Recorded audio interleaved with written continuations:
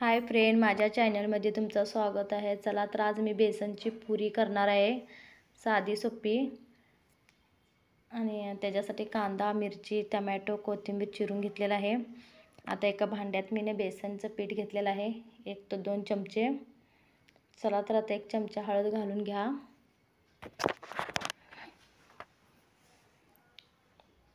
आता चवीनुसार मीठ 1 चमचा, तुम्हाला जितकं लागते तितकं। आणि कांदा बारीक बारीक चिरलेला आहे, घालून घ्या। मिरची बारीक चिरलेला आहे, टोमॅटो घालून घ्या आणि कोथिंबीर।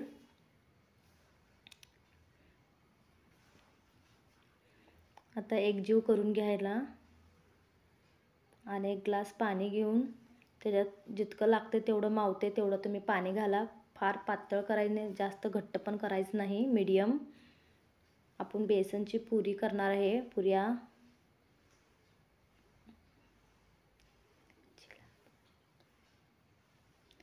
भिजून झालेला आहे, एकजीव झालेला आहे बेसनची पुरीला।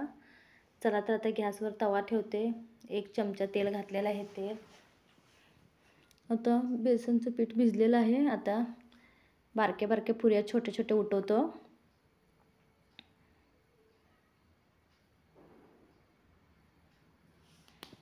अगदी साधं सोपं आहे, भाकरीसोबत, चपातीसोबत, भाजीला काय नसलं तुम्ही बेसनची पुरी वगैरे झटपट बनवू शकताय।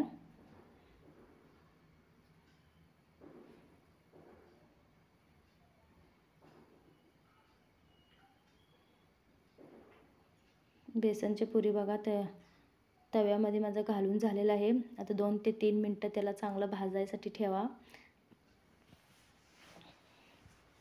आता वरनं तेलाचं टाक घाला, म्हणजे कसं खालचं व्यवस्थित निघतंय।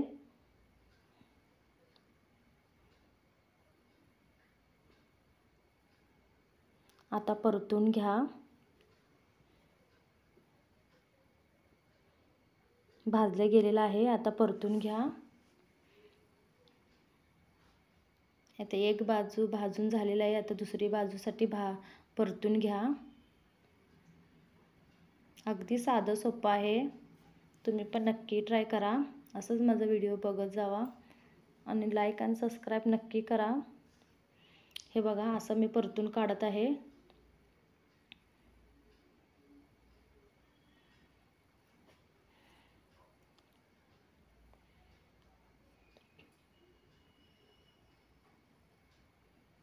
परतून झालेलं आहे। आता 2 ते 3 मिनिटं एक साईडचं भाजायला ठेवा। थोडं वरून तेल पण सोडा।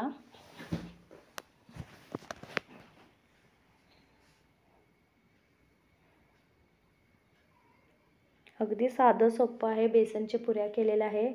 तुम्हाला कसं वाटलं कमेंटमध्ये नक्की कळवा मला। बेसनच्या पुऱ्या साधं सोपं झटपट भाकरीसोबत, चपातीसोबत तुम्ही खाऊ शकताय। भाजीला जर तुम्हाला काही नसेल तर तुम्ही बनवून खाऊ शकताय।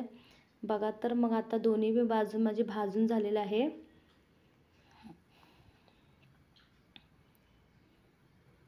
आणि झटपट 10 ते 15 मिनिटात तुमचे बेसनची पुरी रेडी होतात।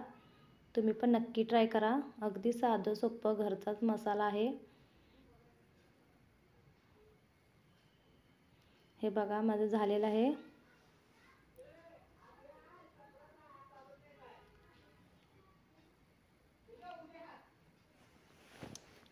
आता एका भांड्यात काढून घेते पुरी, बेसन पुरी। बघा कसं वाटलेलं आहे।